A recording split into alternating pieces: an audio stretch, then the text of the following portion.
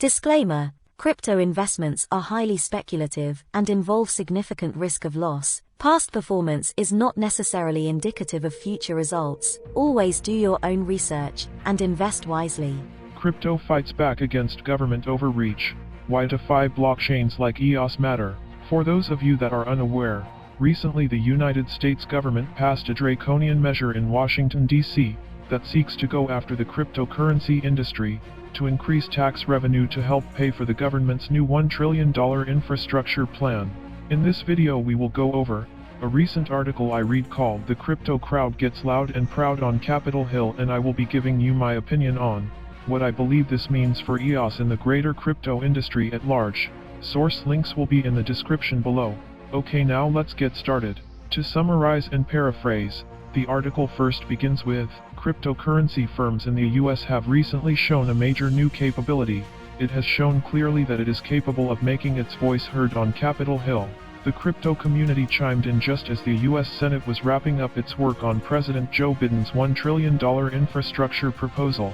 In the days leading up to the proposal's passage on Tuesday, the discussion came to a grinding halt as the cryptocurrency sector railed against planned tax reporting rules for cryptocurrency brokers. Advocates in support of this measure claiming it was for the stated purpose of supposedly helping to pay for all of the maintenance. In the end, the crypto industry did not receive all it sought immediately quickly. Nonetheless, it is still possible, and its supporters have been more vocal, raising the prospect of a heated fight in Washington over how to tax and regulate the cryptocurrency industry. This will likely be intensifying in the coming months and years. The chief executive of the Messari crypto data company, Ryan Selkis, said in a tweet during the discussion that we need to kill crypto's adversaries before they destroy us. Selkis also stated in an interview that he hoped industry supporters would strive to defeat their intransigent opponents at the polls. The crypto controversy was unexpected, given that the Senate had unexpectedly taken up the subject. This law requires crypto brokers to provide the standard tax forms that are used to record investment income to clients and the government, in order to ensure that the tax money was really received. Once a compromise was reached, all efforts were futile when Senate leaders requested unanimous agreement in order to put the plan to a vote on the floor of the Senate without delaying the passage of the infrastructure package. Senator Richard Shelby of Alabama, a Republican, protested in an unsuccessful attempt to compel discussion of his amendment on national security. Despite the fact that the infrastructure plan did not include the improvements requested by the cryptocurrency sector, its supporters expressed their pleasure with the outcome. They believed they had shown clout by delaying the legislative process and creating support for altering the definition of a broker, which could be done via additional legislation or regulation, among other things. The comments were obtained from two key proponents who were instrumental in advancing the legislation, Republican Rob Portman and Democratic Mark Warner, both of whom expressed their view that neither cryptocurrency miners nor hardware or software suppliers are crypto brokers. Kristen Smith, executive director of the Blockchain Association, said, "What we learned is that cryptocurrency is a force to be reckoned with. Cryptocurrency is more than a business. There is a vast network of people dedicated to the development and maintenance of such networks." The final political test for this group, on the other hand, has yet to be undergone. As part of his remarks, Warner also called attention to the potential problem, stating that the United States should not allow the development of a shadow financial system that is beyond the reach of existing laws if they wish to continue to fight illicit financing and tax evasion.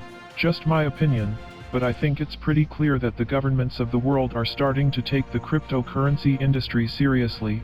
It is also just as clear from this article that the crypto blockchain communities of the world will not just simply lie down and submit meekly to whatever wild machinations politicians come up with to fund their largely impractical spending plans and budget deficits.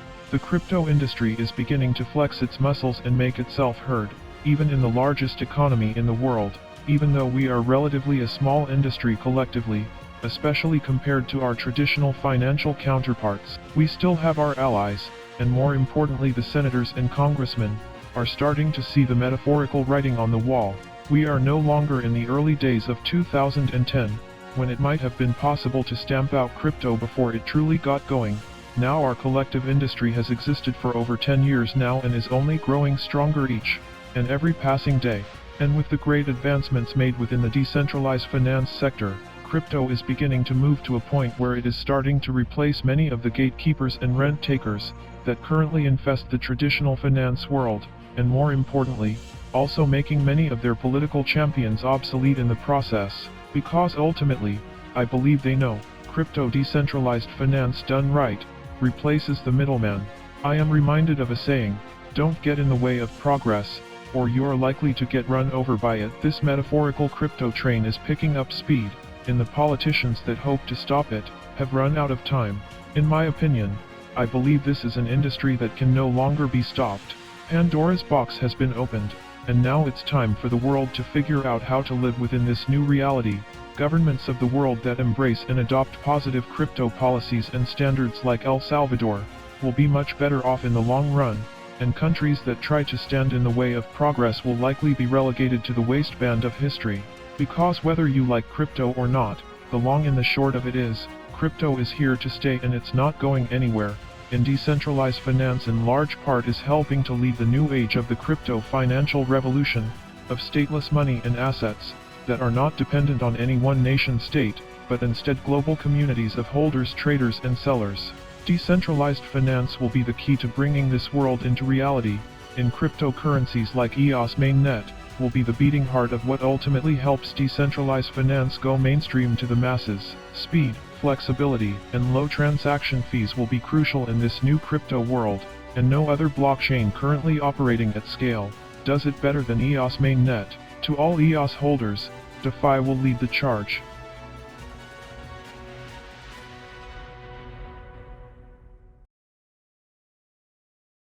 Thank you very much for watching. If you enjoyed, give us a thumbs up and subscribe. Also, if you would like to read, listen to, or watch more of this kind of content, please visit us at www.cryptoapologetics.com. See you next time. Take care.